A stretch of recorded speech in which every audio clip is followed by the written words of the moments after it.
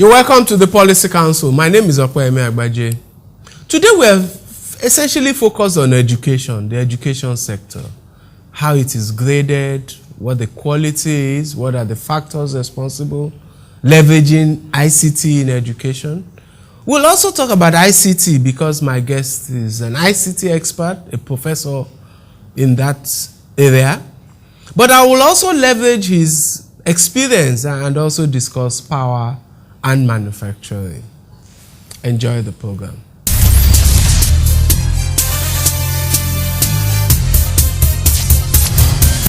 You're welcome back. It's still the Policy Council. My guest today is a professor. He's a professor of instrumentation and computer hardware at Babcock University, Ilishan in Nigeria.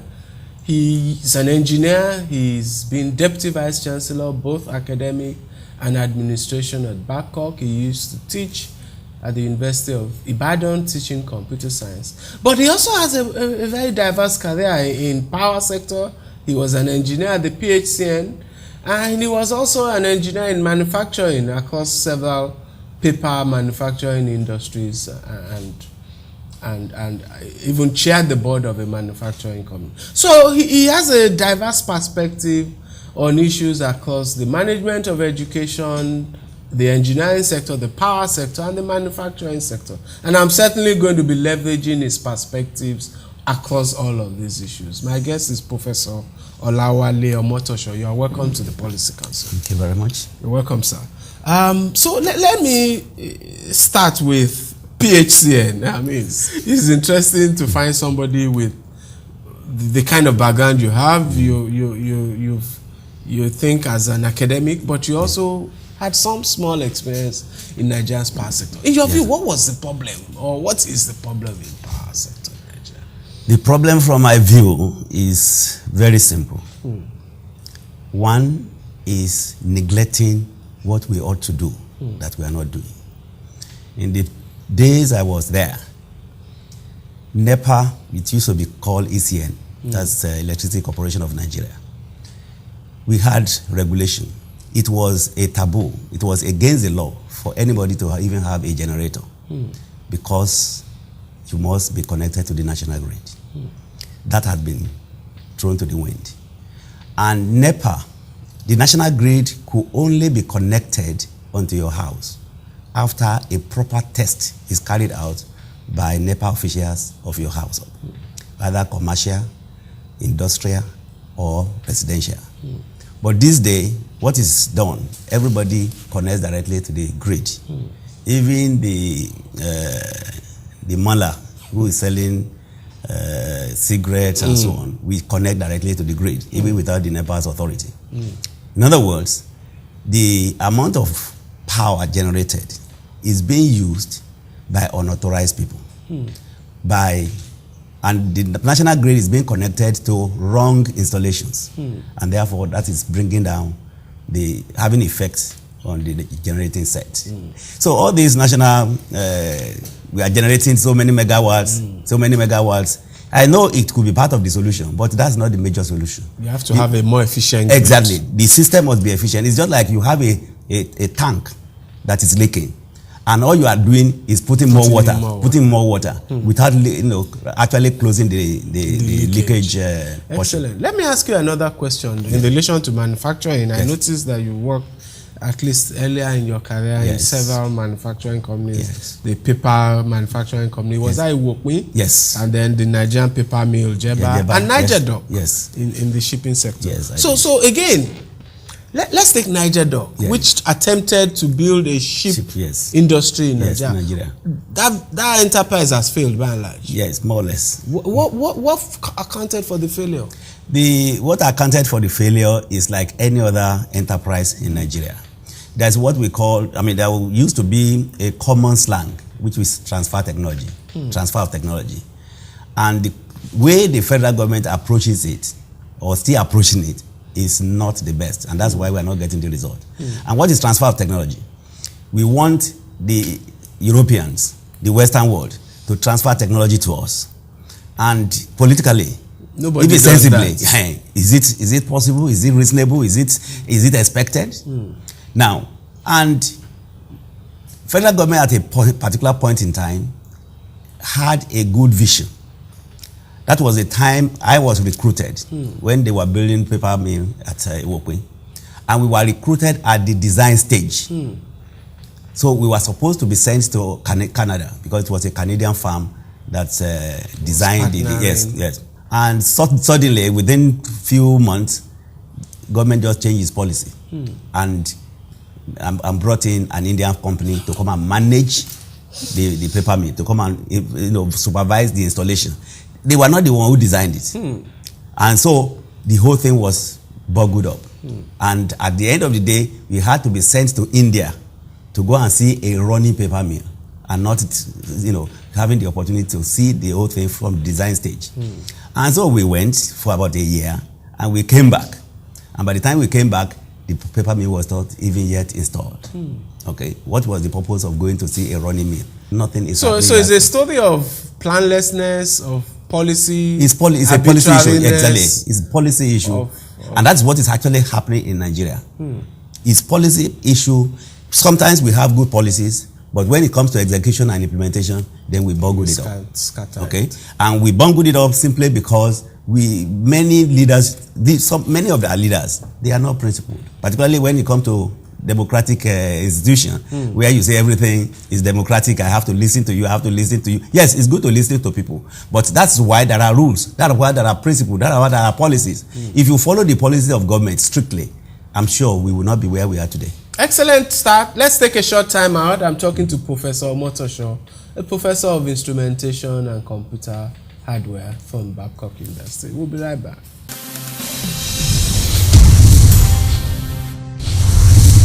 You're welcome back to the Policy Council. My guest is Professor Olawale Omotosho. He's also Jacob Omotosho. And we're talking about education, manufacturing power. I'm leveraging his wide and storied experience across multiple issues. So, Prof, let me ask you again now. Let's go to your basic constituency today, which is the university education or education generally. Which everybody will admit is in crisis today in Nigeria. I don't know what your perspective is. We've just had a series of another annual ritual of releasing WAEC results, and we know the pass ratios. We see the JAMB results. We know the kind of performances. I always recall that when I went into university in 1981 in Ife, my entry score was 300 and something, but I think the highest score these days is 250 something. So what is wrong with education in your view? I think what is wrong with education in Nigeria, from my own perspective, begins from home. Education begins, from your parents. And if children are not well tutored, if children are over-pampered, they are over-helped, then you do not expect the best to be taken from them. And how do they do that? We know that competition is very keen, and it has always been keen, even the days that I was going to school. And in those days, you do your entrance exam, you pass, and you are admitted. There was no intervention of parents and so on. But today, you see parents getting involved in admission process. And because of that, people are wrongly admitted. And of course, garbage in, garbage out. So that is what is fundamentally responsible. And then to make it worse, there's a lot of competition, especially when we have introduced private education system in Nigeria. Now, even right from secondary or even nursery school, these that are majorly private, you discover that some of these private institutions, they try to please the parents and not to even please the students. Because they know that once they please the parents will be willing to bring their children and pay the school fees and so on. And what do they do to please the parents is helping the students to do their work instead of the students doing the work themselves. So that when they go home, they get 10 over 10, 9 over 10. And of course, some of us as parents, even some of us that are even literate, we are too busy to check what our children are doing in school. we do not check whether they are the one who did this work or not. And because of that, rottenness begins to grow. It's reflective, sir, you think, of the general degeneration in societal values? Yes, that's what it is, because we know that everything started from home. If you are not good at home, you cannot be good at school. Okay, so from Professor Omotosho's point of view, so if a rotten society gets a rotten educational system. Sure. Let's take a short time out, and then we'll narrow the conversation to ICT, information and communication technology, in education and in our nation. We'll be right back. Who knows abi better thing? Abi who no like better thing? All these fine things wey dey see so. Na money government dey take do am now. Abi, it's like, excuse me, I dey pay my tax. I dey do wetin? I dey pay my tax. Say you don't pay your own tax. Have you pay your tax? I pay oh. Pay your tax. It's your civic responsibility. It's your duty. It's the law.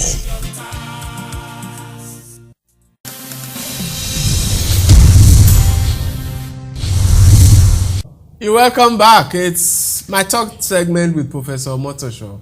He's a professor of computers, hardware and instrumentation at Babcock University. Prof, let me come down to your core competence, information and communication technology.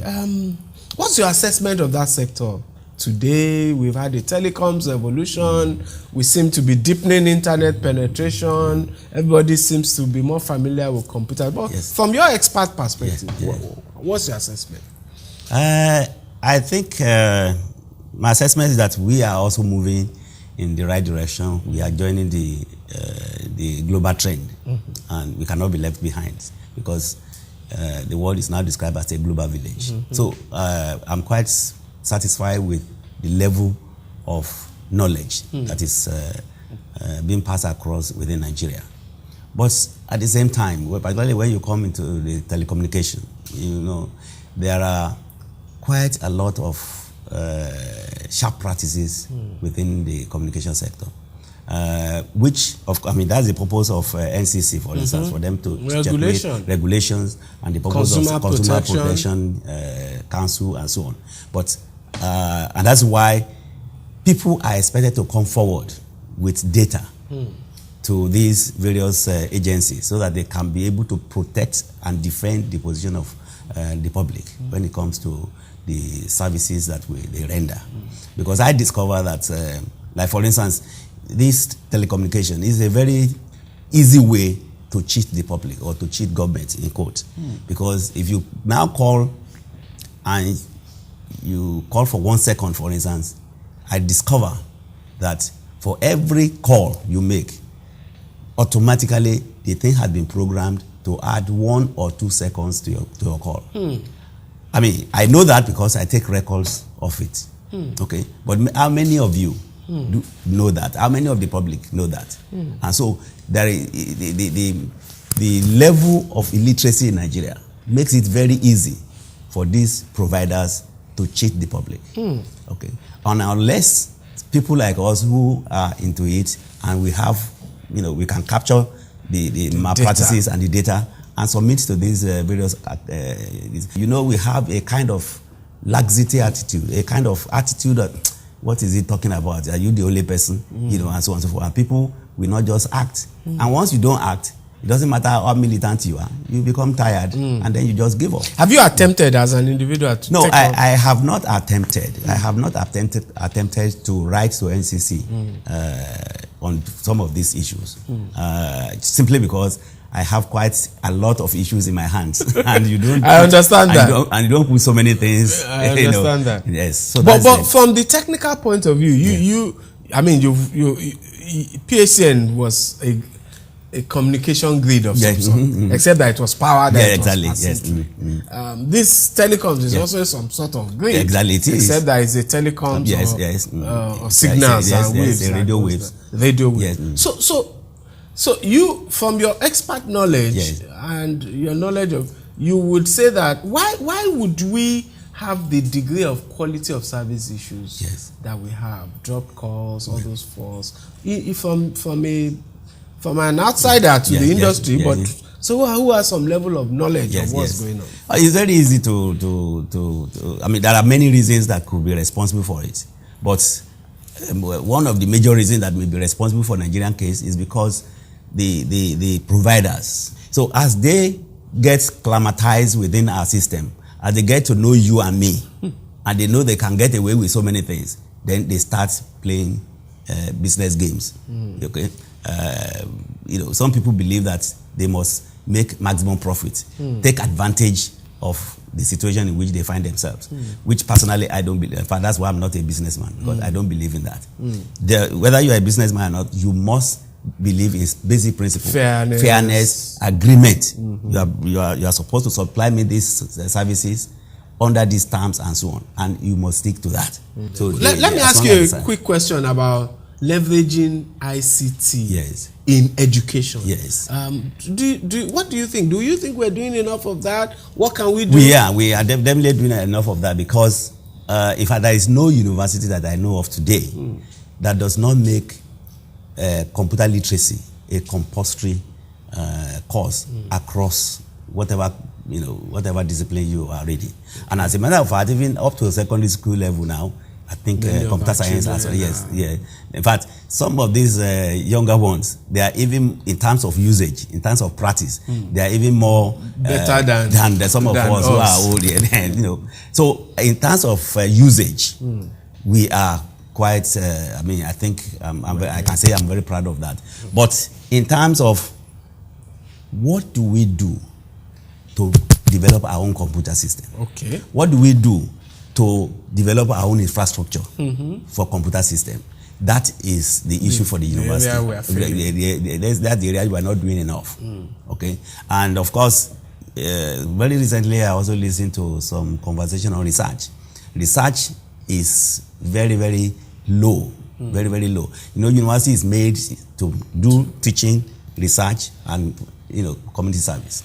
But research has been rated to be extremely low, and that's why it's difficult for Nigerian university to actually come to a very a level when it comes to worldwide university and global assessment of university.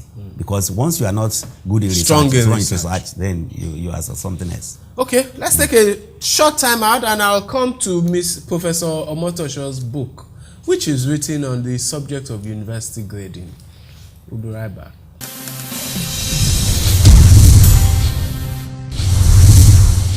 You're welcome back to my final segment with Professor Olawale Jacob Omotosho. Like I said, he's a professor of instrumentation and computer hardware at Babcock University. He's been DVC, Deputy Vice Chancellor, Academic, and also Administration.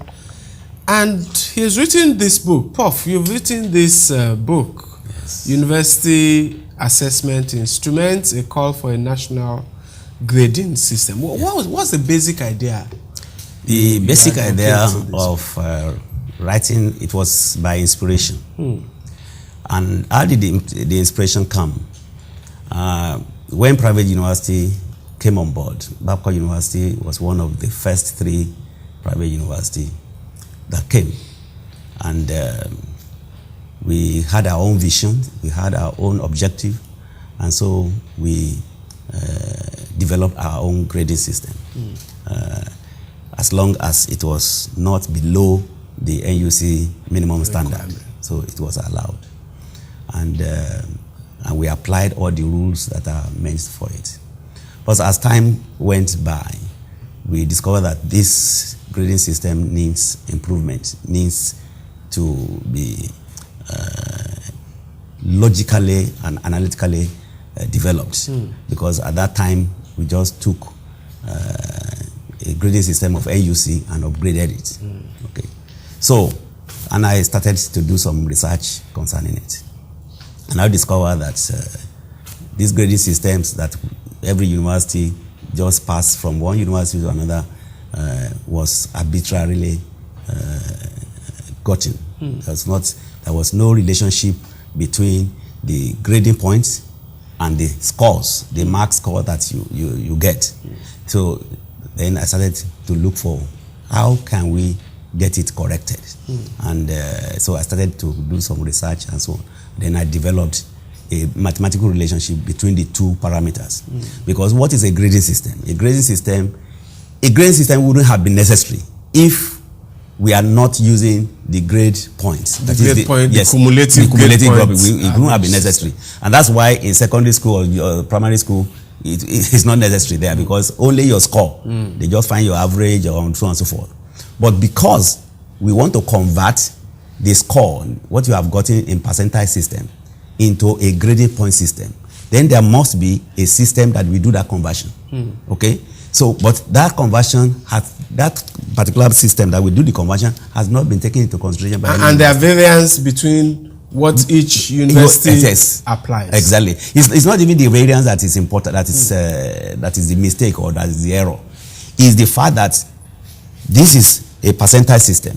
This is a CGPA system, that's cumulative point. And you just take this, and then you now say that between so and so this is equivalent to this. Between so and so this is equivalent to this. How did you get that? There's no relationship. It's just by, arbitrary. And that is why different universities now arbitrarily do that measurement. But I'm now coming with this book that it is not right. What are the negative implications of what we are currently doing? Good. The negative implication is that students are now graded differently as per different university and per different methodology. And sometimes we overstate performance. So, exactly. That's because the problem with education now, people think that education is only come to class, I teach you, you know it, and you go. But how do you know that he knows it? You have to test him. You have to assess him. And if your assessment instrument is wrong, then you will assess him. Now, I've listened to a lot of people who will say that our graduates are no longer employable. The reason simply means that these graduates, they are wrongly assessed. For instance, if you assess somebody as a first class and you now employ him, he's not performing as a first class. Another employ another one, is not performing as a first class. Then you say they are not employable. It's not because they are not employable. It's because they are being assessed wrongly. And that is the thing that is going on now. Many of our graduates are actually assessed wrongly. And another thing that is very worrisome is the idea, and the reason why this idea is coming, even as I have listened to the National Assembly arguing that there should be no pass grade. No, don't award pass grade. In fact, people are already going to a point of even don't award third class because it is useless. It's not useful. Now, that is complete wrong concept of assessment. Because whether pass, then third class, whatever name you call it, it's only a nomenclature. It's not the stuff that is in the head of the boy. So what is there? That's why we must have a right. So give us the elements in quickly, sir, yes, of this national grading system. Now, the national national grading system is that number one, there must be a grading system well defined, which I have defined appropriately here with all the necessary parameters. And once it is accepted as the accepted, then every university will now key to it. Now the parameters can now vary from one university to another. But I'm also suggesting and recommending that the parameters should be determined by NUC. And once it is determined by NUC, it means that every university will have to use those parameters, and therefore a first class of Ibadan, a first class of Babcock, a first class of everything will be on the same platform because they are being graded using the same platform, even though different teachers are teaching them. But this is what we now bring them to equality, and that is what I'm recommending. Some will quarrel with this on the principle of academic freedom, university autonomy. Exactly. What would you say to those? You see, a university autonomy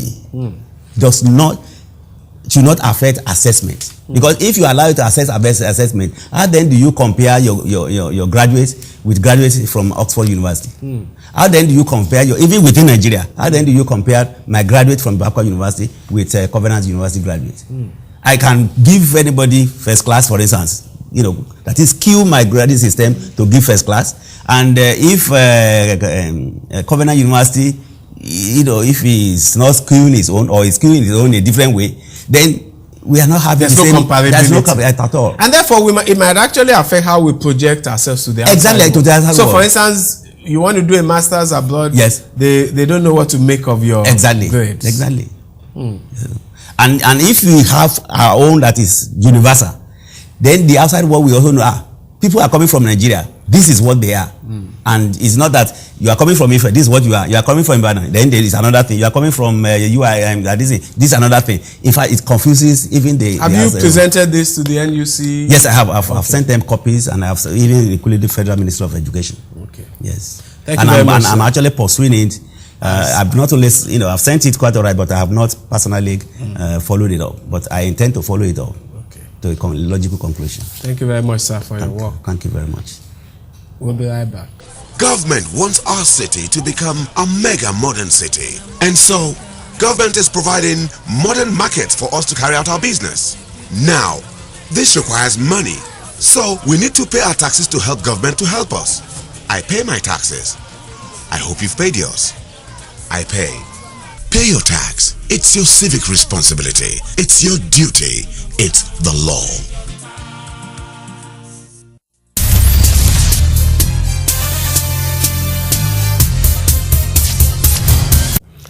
Like I said at the beginning, I was going to leverage the wide and diverse experience of my guests. And there are indeed diverse takeaways from our conversation. One, in the power sector, the need for an efficient national grid as a foundational problem that we need to sort out. Two, in manufacturing, the failures, the consequences of policy inconsistency, and the need for a clear national industrial strategy. In terms of education, my guest says it starts from the home. We can't all just keep complaining about government's failures in education. The failures, my guest argues, start from the home.